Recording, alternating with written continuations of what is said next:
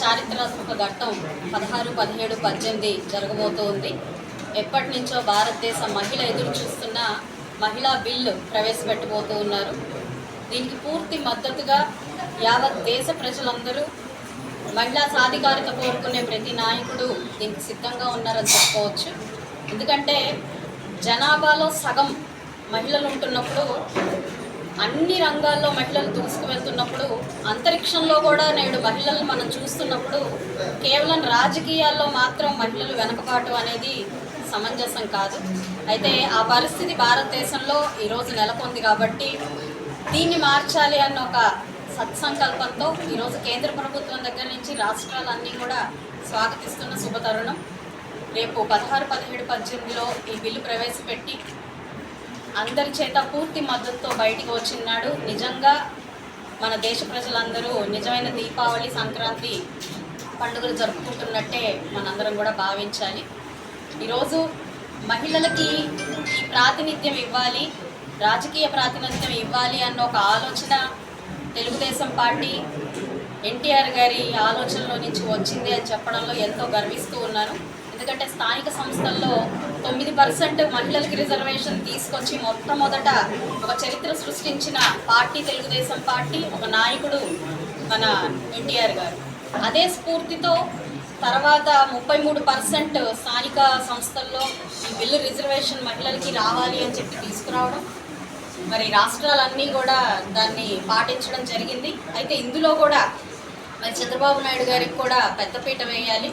ప్రప్రథమంగా ఈ బిల్లు 33%ని పాటించడంతో పాటు నేడు స్థానిక సంస్థల్లో 50% రిజర్వేషన్ మహిళలకి చంద్రబాబు నాయుడు గారు కల్పించడం అనేది నిజంగా చాలా సంతోషకరమైన విషయం. మరి ఇప్పుడు నేడు నరేంద్ర మోడీ గారిని చూస్తే నిజంగా మహిళా పక్షపాతిగా మనం నరేంద్ర మోడీ గారిని చెప్పుకోవచ్చు. ఏ యాక్టివిటీ అయినా ఇటు ప్రెసిడెంట్ గారి దగ్గర నుంచి ఆధిపత్యం ఇవ్వడం కానివ్వండి, మరి ఆర్థిక మంత్రిగా మనకి నిర్మలా సీతారామన్ గారిని ఉంచడం కానివ్వండి, వారికి అవకాశం ఇవ్వడం కానివ్వండి, ది మోస్ట్ పవర్ఫుల్ స్పీకర్స్గా కూడా ఈరోజు పార్టీలో ఉంచడం కానివ్వండి, లేదంటే అత్యంత కీలకమైన ఆపరేషన్ సింధూర్ లాంటి ఎన్నో సాహసోపేతమైన ఆపరేషన్స్ మహిళలతో నిర్వహించడం కానివ్వండి, అనేక మహిళా బిల్లుల్ని, స్కీముల్ని, సంస్కరణల్ని దేశవ్యాప్తంగా తీసుకురావడం కానివ్వండి, నరేంద్ర మోడీ గారు మహిళా పక్షపాతిగా చెప్పచ్చు. ఈరోజు అటు కేంద్రం మరియు రాష్ట్రం మొత్తం కూడా మహిళా పక్షపాత నేతలతో నిండిపోయింది అని చెప్పడంలో కూడా ఎలాంటి ఆశ్చర్యం లేదు. కేంద్రంలో ఆయన, ఇటు రాష్ట్రంలో కూటమి ప్రభుత్వం నిజంగా మహిళల కోసం చేస్తున్న పనిని అనిర్వచనీయం. నేడు పొలిటికల్గా కూడా మహిళా ప్రాతినిధ్యం వస్తుంటే నిజంగా స్వాగతించాల్సిన విషయం. అయితే ఈ శుభతరుణంలో ఎన్నో ప్రశ్నలు, 33% రిజర్వేషన్ ఇచ్చినప్పుడు మహిళలు సిద్ధంగా ఉన్నారా, రాజకీయాన్ని నడపగలరా, వారి పేరుతో వాళ్ళ ఇంట్లో కుటుంబ సభ్యులు మళ్ళీ పురుషులే దాన్ని నిర్వహిస్తారు, ప్రాక్సిమిటీ ఇన్ పాలిటిక్స్ వస్తుంది, మరి ఇది ఎంతవరకు సమంజసం అని కూడా చాలా ప్రశ్నలు వస్తుంది. అయితే మనం చరిత్ర తీసుకుంటే, భారతదేశం చరిత్ర తీసుకుంటే ఎందరో మహిళలు రాజ్యాలు ఏలిన వాళ్ళు, అడ్మినిస్ట్రేషన్ సమర్థవంతంగా నడిపిన వాళ్ళు ఉన్నారు. అయితే తర్వాత వారి శక్తియుక్తుల్ని వారే మర్చిపోయిన పరిస్థితికి ఎందరో నాయకులు తీసుకురావడం వల్ల ఈరోజు మళ్ళీ మాకు ప్రాతినిధ్యం కావాలి అనే ఒక పోరాటాన్ని జరిపించాల్సిన దుస్థితి అయితే భారతదేశంలో పట్టింది. అయితే నేడు ఈరోజు మళ్ళీ ఆ పట్టిన మకిలీల్ని వదిలించుకుంటూ చీకట్లో నుంచి బయటికి వస్తూ ప్రతి మహిళ, ఒక కుటుంబాన్ని సమర్థవంతంగా నడిపే మహిళ ఖచ్చితంగా రాష్ట్రాన్ని, దేశాన్ని అద్భుతంగా మలచగలదు అనడంలో ఎలాంటి ఆశ్చర్యం లేదు. అయితే బయట సామాజికంగా జరిగే వాటి మీద అవగాహన కొంత లేకపోయినప్పటికీ ఎంతో ఫాస్ట్గా కూడా దాన్ని గ్రాస్ప్ చేసుకొని ఈరోజు పాలిటిక్స్లో ముందుకు వస్తున్న మహిళలు ఎంతమందో ఉన్నారు.